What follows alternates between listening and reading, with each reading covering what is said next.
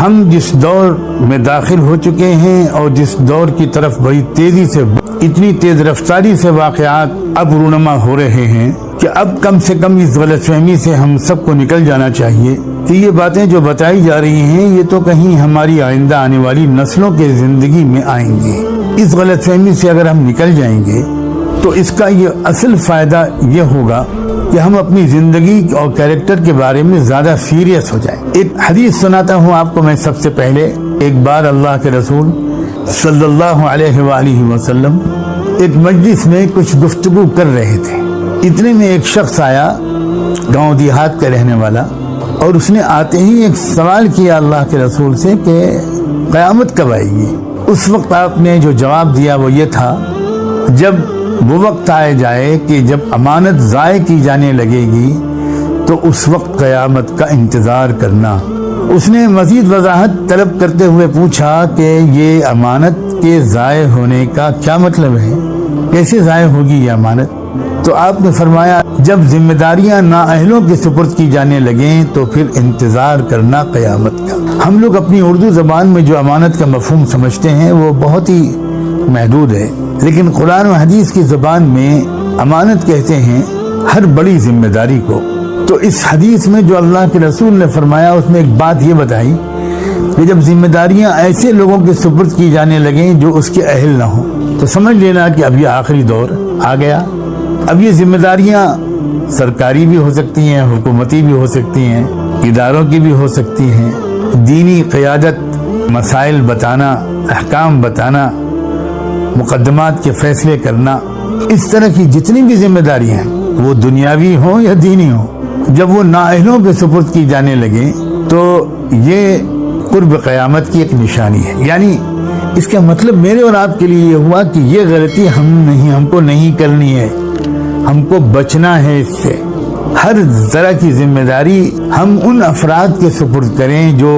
اس کے اہل ہوں۔ یہ ایک طرح سے مثبت پیغام ہے ہمارے لیے، یعنی یہ تو ہم عمل کر ہی سکتے ہیں جہاں تک ہو سکے۔ اپنی ذاتی اور خاندانی مصلحتیں ہمیں اس پر آمادہ نہ کر دیں کہ ہم ذمہ داریوں کو نااہلوں کو سپرد کر دیں، اور قرب قیامت کی علامات کے بارے میں جاننے کا شوق اور ایک دلچسپ موضوع کو انجوائے کرنے کے لیے معاذ اللہ نہیں ہونا چاہیے۔ اپنی اصلاح کے لیے اور اپنے کو بچانے کے لیے اس علم کو حاصل کرنا یہ مفید ہے۔ ایک اور بات اللہ کے رسول صلی اللہ علیہ وآلہ وسلم نے ارشاد فرمائی، قیامت سے پہلے جھوٹ بولنے والے بہت ہوں گے، جھوٹ ہر طرف جھوٹ ہوگا۔ تم کو چاہیے کہ تم ان سے ذرا چوکنا رہنا، بچ کے رہنا۔ اب یہ کسی ایک ملک کا مسئلہ نہیں ہے کہ فلاں ملک میں جھوٹ بولنے والوں کی سرکار بن گئی، یہ ایک پوری عالمی کلچر ہے۔ یہ ایک جھوٹ ہر طرف پھیلا ہوا ہوگا اور جھوٹے لوگ چھا جائیں گے۔ جن بیماریوں کے بارے میں بہت زیادہ الرٹ رہنے کی ضرورت ہے وہ ہے اس جھوٹ۔ تو اس کا مطلب یہ ہوا کہ کوئی ایک زمانہ ایسا آئے گا جس میں جھوٹ کی وبا عام ہوگی۔ اس زمانے میں ایک اچھا انسان بننے کی خواہش رکھنے والے کو جس پہلو پر بہت زیادہ اور سب سے زیادہ توجہ کرنی چاہیے بلکہ یہ ہے کہ یہ دیکھنا چاہیے کہ میرے قول اور عمل دونوں میں کہیں بھی جھوٹ شامل نہ ہو۔ اس زمانے میں واقعی جو شخص جھوٹ سے بچ گیا وہ کامیاب ہو گیا۔ شاید یہ بات بالکل سچی ہے کہ جو انسان خود بالکل جھوٹ نہیں بولتا اس کے اندر جھوٹ کو پرکھنے کی صلاحیت بھی پیدا ہو جاتی ہے۔ ایک روشنی اس کے دل و دماغ میں آتی ہے جس سے وہ جھوٹی بات اور سچی بات میں فرق کرنے لگتا۔ ایک اور بات سنیے، قرب قیامت کی علامات کا بیان ہو رہا ہے۔ اللہ کے رسول صلی اللہ علیہ وسلم کا یہ ارشاد، آپ نے فرمایا جب قومی سرمایہ کو، مال غنیمت کو ذاتی دولت بنایا جانے لگے، جب قومی سرمایہ کا غلط استعمال کیے جانے لگے اور امانت کو مال غنیمت سمجھا جانے لگے اور زکوٰۃ کو ایک مصیبت اور ایک بوجھ سمجھا جانے لگے، اور جب علم حاصل کیا جانے لگے دین کے علاوہ دنیاوی مقاصد کے لیے، اور لوگ اپنی ماں کی نافرمانی کریں مگر بیوی کی ہر بات مانیں، کتنی زبردست آگاہی ہے۔ یہ جو رشتے ہیں ان کے درمیان ایک توازن برقرار رکھنا اور ترجیحات اور پرائیورٹیز کو ٹھیک سے سمجھنا اور اس کو نبھانا، یہ بہت اہم بات ہے۔ یہ ہے حقیقی دینداری کی باتیں کہ انسان کا حال یہ ہو جائے کہ وہ اپنی ماں کی نافرمانی، یہاں خاص طور پر ماں کا ذکر کیا گیا ہے بیوی کے مقابلے میں، اور اگلے جملے میں فرمایا دوستوں کو تو گلے لگائے آدمی اور باپ سے دور رہے اور دور رکھے باپ کو۔ کیا آپ نہیں دیکھتے کہ موجودہ کلچر میں اکثر و بیشتر اولادوں کا یہی حال ہے؟ بہت شاذ و نادر کوئی ایک آدھ ہوگا لاکھوں میں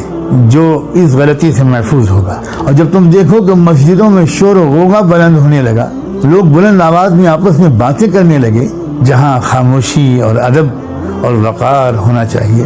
اور جب تم دیکھو کہ ہر گروہ اور قبیلے کا جو لیڈر ہے وہ ان کا بہت برا آدمی ہے، جب بہت ہی خراب لوگ انہی کے ہاتھ میں لیڈرشپ آ جائے، سمجھ جانا کہ اب یہ آخری دور ہے۔ جب تم دیکھو کہ لیڈرشپ قوموں کے کمینے لوگوں کے ہاتھ میں آ جائے جو بیچارے اس کی صلاحیت بالکل نہیں رکھتے کہ وہ قوموں کو لے کر چلیں، اور جب تم دیکھو کہ کسی انسان کی عزت کی جانے لگے صرف اس کے ضرر اور نقصان کے ڈر کی وجہ سے، بس اس لیے لوگ اس کی عزت کرنے لگے کہ بس اس کا نقصان ہم کو نہ پہنچ جائے، یہ آدمی ہمیں نقصان نہ پہنچا دے۔ اور جب تم دیکھنا کہ پیشور گانے والیاں اور باجے گاجے عام ہو جائیں، پیشور گانے والیاں، اس زمانے میں اس کو سمجھانے کی کوئی ضرورت ہی نہیں ہے، اور گانے باجے، میوزک، ناچ تماشے عام ہو جائیں اور شراب پی جانے لگے، امت کے ہر آنے والے اپنے بڑوں پر تنقید کرنے لگے، لعنت ملامت کرنے لگے۔ اس زمانے میں تو وہی آدمی بہت روشن خیال مانا جاتا ہے جو اپنے پورے ماضی پر تنقید کرے۔ تو آپ نے فرمایا جب تم یہ علامات دیکھنا تو اس وقت انتظار کرنا سرخ آندھیوں کا، اللہ تعالیٰ کا عذاب اور قہر طرح طرح کی شکلوں میں آئے گا، زلزلوں کا انتظار کرنا، اور چہرے بدل جائیں، صورتیں مسخ ہو جائیں اور پتھروں کی بارش ہونے لگے، اور اس کے علاوہ اس طرح کی اور نشانیاں وہ بھی ظاہر ہوں گی۔ آپ نے فرمایا جس طرح ایک ہار جو کٹ جائے تو پھر ایک دم سے اس کے دانے بکھر جاتے ہیں، اس طرح لگاتار طرح طرح کی مصیبتیں انسانیت پر آتی رہی۔ اب آگے میں تھوڑا ان علامات کے بارے میں آپ کو یاد دلانا چاہتا ہوں جو اسپیسیفک کچھ بڑے بڑے واقعات رونما ہوں گے۔ یہ جتنی اب تک میں نے باتیں سنائی ہیں یہ تو کیریکٹر کے متعلق باتیں، انسانی کیریکٹر۔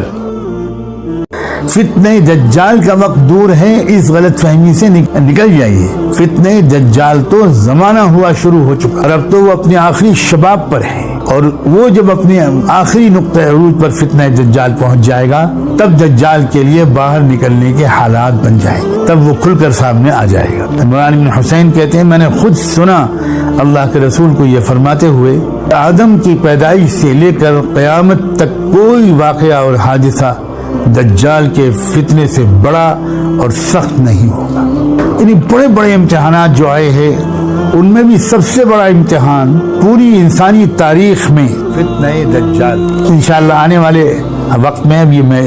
اس کی پوری تشریح کرنے کی کوشش کروں گا کہ کیا فتنہ دجال آنا باقی ہے یا فتنہ دجال آئے ہوئے عرصہ ہو گیا اور اب فتنہ دجال کے شاید یہ آخری دن چل رہے ہیں، اب بس صرف دجال کا خود نکل کر باہر آ جانا یہ باقی ہے، اور شاید آج کل اس کی تیاریاں زور و شور پر ہیں، اس کا وقت بھی اب بہت دور نہیں ہے۔ دجال کے بارے میں ایک بات یہ بھی اس وقت میں آپ کو یاد دلاؤں، کیا آپ نے ارشاد فرمایا کہ میں تم کو دجال کے بارے میں ایسی بات بتانے جا رہا ہوں جو مجھ سے پہلے کسی نبی نے اپنی قوم کو نہیں بتائی تھی، کہ وہ کانا ہوگا، ایک آنکھ سے دیکھنے والا ہوگا۔ اس کا ایک مطلب یہ بھی ہو سکتا ہے جیسا کہ بعض اہل علم کا خیال ہے کہ اصل میں انسان کو اللہ نے دو آنکھیں دی ہیں، ایک یہ ظاہری آنکھیں ہیں اور ایک دل کی نگاہ ہے۔ اس دنیا کی حقیقت کو وہ شخص بہتر طور پر سمجھتا ہے جس کی دونوں آنکھیں روشن ہوں۔ دجال کا جو فتنہ ہوگا اس کے اثر سے یہ صورتحال ہوگی کہ انسان کی صرف مادی آنکھ کھلی رہے اور وہ ہر چیز کو ظاہری، مادی، سیاسی اس نظر سے دیکھ کر رائے قائم کرے، جبکہ چیزوں کی حقیقت کو سمجھنے کے لیے انسان کے دل دماغ کی نظر بھی نگاہ بھی کھلی ہوئی ہونی چاہیے، تبھی وہ چیزوں کی حقیقت کو سمجھ سکتا ہے۔ دجال ساری دنیا کے انسانوں کو ایسا لگتا ہے کہ وہ کانا بنا دے گا، یہ میں سمجھانے کے لیے بات عرض کر رہا ہوں۔ یعنی فتنہ دجال کی وجہ سے جو مہلک اور مضر اثرات پڑیں گے، اس میں ایک بہت بڑا اثر یہ ہوگا کہ انسانوں کی غالب اکثریت کی دل کی نظر بند ہو جائے اور وہ دھوکہ آسانی سے کھا جائیں۔ دجال جو دھوکے میں ڈالنا چاہے گا، بڑی آسانی سے لوگ اس بات کو ایکسپٹ کر لیں گے۔ آپ کو آگے چل کر انشاءاللہ یہ بات زیادہ تفصیل سے بتائی جائے گی کہ دجال کو دجال کہا ہی اس لیے گیا ہے کہ وہ انسانی تاریخ کا سب سے بڑا دھوکہ دینے کا ماہر ہستی ہے۔ وہ اس کا اصل کام ہی یہ ہے کہ اصل حقیقت سے انسانوں کو بے خبر اور اندھا اور غافل کر دیا جائے، اور جو بالکل غلط ہے اس کو صحیح کر کے دکھا دیا جائے اور ایک نظر بندی کر دی جائے، پروپیگنڈے سے متاثر ہونے کی عادت انسانوں کے اندر ڈال دی جائے، غور کرنا اور سمجھنے کی کوشش کرنا اور سمجھ لینے کی صلاحیت ان کے اندر سے چھن جائے۔ اور کوئی بعید نہیں کہ ظاہری طور پر بھی وہ کانا ہو سکتا ہے، ہم نہیں کہہ سکتے کہ صرف یہی معنی مراد ہے۔ یہ جو چیزیں پوری طرح کھل کر تو تب آئیں گی جب وہ دجال خود ظاہر ہو جائے گا اور اس کو پہچاننے والے اہل اللہ، صاحب نظر، صاحب تقوی لوگ موجود ہوں گے اور وہ اس کو پہچانیں گے۔ آپ نے اسی حدیث میں یہ بھی ارشاد فرمایا کہ اس کے ساتھ ایک چیز ہوگی جنت کی طرح اور ایک چیز ہوگی دوزخ کی طرح، پھر وہ جس کو جنت بتائے گا وہی پھر حقیقت دوزخ ہوگی۔ یعنی یوں سمجھیے کہ فتنہ دجال میں مبتلا ہو جانے والے لوگ، ان کو وہ دجال دنیا میں بڑے مزے کی زندگی گزروائے گا، اور جو لوگ اس کے سامنے سر جھکانے سے انکار کر دیں گے، جو اس کو خدا ماننے سے انکار کر دیں گے، ان کے لیے وہ دجال مصیبتیں کھڑی کرنے کی کوشش کرے گا، فقر و فاقے میں ان کو مبتلا کر دے گا، طرح طرح کی پریشانیوں میں ان کو ڈالے گا۔ یہی تو ہے فتنہ، یہی تو ہے امتحان اور آزمائش۔ اللہ تعالیٰ اپنے کرم سے ہم سب کو ثابت قدم رکھے، اور اگر سچائی پر جمے رہنے کی وجہ سے کچھ تکلیفیں برداشت کرنی پڑیں تو اللہ ہم کو اس کی ہمت دے، کیونکہ ساری اگلی کامیابیاں اسی ہمت و استقامت پر ڈیپینڈ کرتی ہیں، اور یہ چھن گئی تو پھر اللہ کی پناہ۔ ایک بات اور سمجھیے، ہماری سب سے پہلی بڑی غلطی یہ ہے کہ ہم اس دنیاوی زندگی کو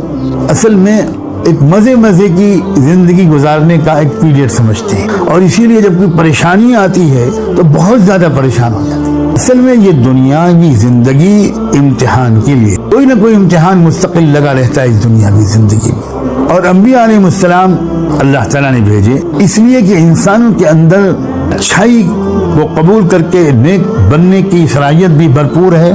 اور برائی کی بھی صلاحیت بھرپور ہے، انصاف کی صلاحیت بھی انسان میں بھرپور ہے اور ظلم کی صلاحیت بھی بھرپور ہے، علم کی صلاحیت بھی انسان میں بھرپور ہے اور جہالت کی صلاحیت بھی انسان میں بھرپور ہے۔ اب اللہ تعالیٰ نے دنیا میں دو نظام چلائے ہیں، ایک نظام ہے نبوت اور رسالت کا، اللہ کے نبی اور پیغمبر اور رسول یہ آتے ہیں اس لیے کہ وہ ہم کو بتائیں کہ بھئی اس راستے پر چلو گے تو تم کامیاب ہو جاؤ گے، تمہاری اندر کی نیکی باہر نکل آئے گی، تم اچھے انسان بن جاؤ گے۔ صرف یہی ایک طاقت نہیں ہے، اس کے مقابل ایک طاقت اللہ نے اور پیدا کی ہے، شیطان کی۔ وہ ہر انسان کے پیچھے لگا رہتا ہے اور لگا رہے گا کہ وہ انسانوں کو کسی طرح برائی کی طرف اور ہلاکت اور بربادی کے راستے کی طرف لے کر جائے۔ اب بنا کسی تاخیر اور تفصیل کے یہ مجھے کہہ دینا چاہیے، بھلائی کی طرف بلانے والوں کا مبارک سلسلہ محمد الرسول اللہ صلی اللہ علیہ وآلہ وسلم پر ختم ہو گیا، مکمل ہو گیا۔ اب جو لوگ لگے رہیں گے محمد رسول اللہ کے قدموں سے، ان کی رہنمائی لیتے رہیں گے، اس پر عمل کرنے کی کوشش کرتے رہیں گے، غلطیوں کوتاہیوں سے معافی مانگتے رہیں گے، وہ کامیاب ہو جائیں گے۔ اور دوسری طرف جو برائی کی دعوت دینے والا شیطانی سلسلہ ہے، اس کا آخری خاتم کا نام ہوگا دجال۔ یوں سمجھیے کہ یہ ایک مقابلہ ہے بٹوین محمد رسول اللہ اینڈ شیطان، ابلیس۔ اسی لیے بعض اہل اللہ اس بات پر بہت زور دے رہے ہیں کہ اس دور میں خاص طور پر درود شریف کی کثرت اور ہر کام کو سنت کے مطابق کرنے کی عادت ڈالنا، یہ فتنہ دجال سے حفاظت کا ایک بہت اہم سبب ہے، کیونکہ اس سے ہمارا رشتہ رسول اللہ سے روحانی طور پر جڑتا چلا جائے گا، مضبوط ہوتا چلا جائے گا، اور جس کا رشتہ ان کی ذات سے روحانی طور پر مضبوط ہو، صرف ظاہری اعمال کے سطح پر نہیں بلکہ قلب کی محبت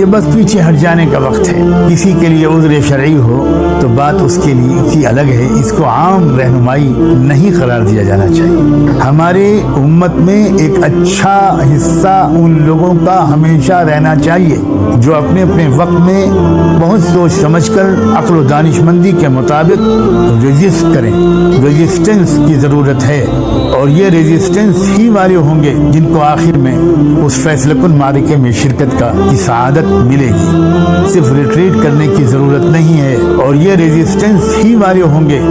جن کو آخر میں اس کی امامت کے لیے اس کا امام یعنی امام مہدی مصلی پر کھڑے ہو جائیں گے، اور ٹھیک اسی وقت حضرت عیسیٰ علیہ السلام آسمانوں سے اتر کر تشریف لائیں گے. تو حضرت عیسیٰ علیہ السلام کو دیکھ کر وہ امام جو اسی امت کا ایک فرد ہوگا، وہ آسمانوں سے اترا ہوا کوئی شخص نہیں ہوگا، ہمارے درمیان پیدا ہونے والا ایک نیک صالح شخص ہوگا جس کو اللہ پوری دنیا میں انصاف کے نظام کو قائم کرنے کے لیے ہمت اور صلاحیت عطا فرمائے گا. وہ مصلی پر کھڑا ہو چکا ہوگا امامت کے لیے، لیکن وہ دیکھے گا کہ عیسیٰ علیہ السلام آ گئے تو وہ پیچھے ہٹ کر کہے گا کہ آپ تشریف لائیے، آپ امامت کیجیے. مگر حضرت عیسیٰ علیہ السلام کہیں گے نہیں نہیں، تم ہی امامت کرو گے، میں تو مقتدی بنوں گا. یہ اس ہمت والے بہادر گروہ کا میں تذکرہ کر رہا تھا جو یقیناً اکٹھا ہوگا اس ظلم سے فیصلہ کن مقابلہ کرنے کے لیے اپنے امام کے پیچھے، اور اسی کی مدد کے لیے آئیں گے حضرت عیسیٰ علیہ السلام. ان کے ذریعے سے اس دجال کا خاتمہ ہوگا. اس سلسلے کی کچھ احادیث حضرت عیسیٰ علیہ السلام کی آمد اور ان کے بارے میں کچھ باتیں مجھے عرض کرنی ہیں.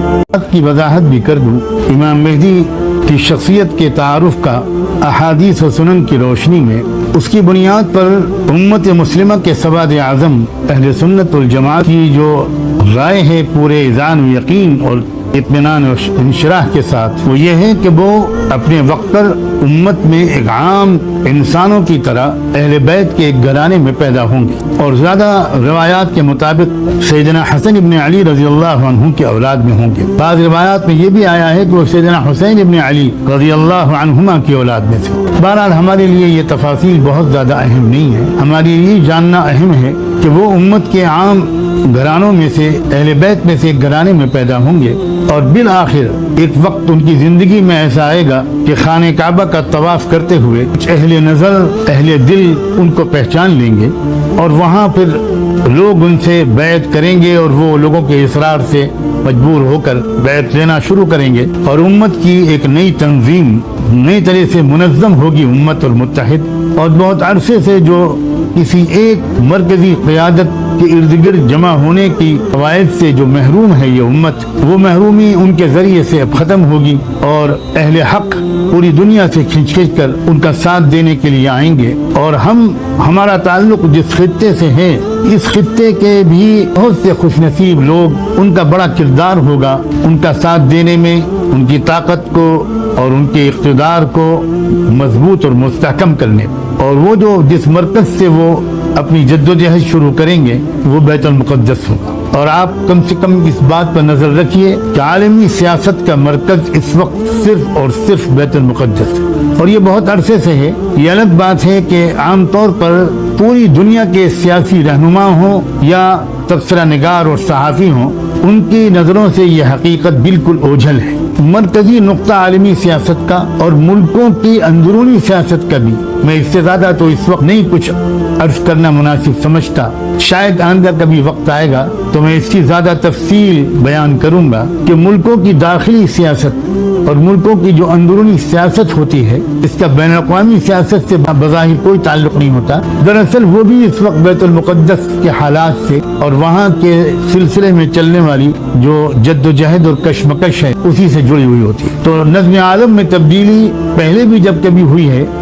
بیت المقدس کا اس میں ایک خاص کردار رہا ہے، اور اب بھی جب کبھی نظم عالم میں تبدیلی ہوگی تو بیت المقدس ہی سے وہ تبدیلی کا آغاز ہوگا. حضرت شاہ ولی اللہ رحمۃ اللہ علیہ نے اپنی مائے ناز کتاب حجت اللہ البالغہ میں اس میں انہوں نے لکھا ہے کہ یہ اللہ کی پراسرار سنت ہے کہ جب کبھی وہ ورلڈ آرڈر میں تبدیلی کا فیصلہ کرتا ہے، نظم عالم میں تبدیلی کا فیصلہ کرتا ہے، تو دراصل اس کا پہلے ظہور اور آغاز بیت المقدس سے کرتا ہے. اور ان کے کہنے کے مطابق، ان کی تشریح کے مطابق، جب سفر معراج میں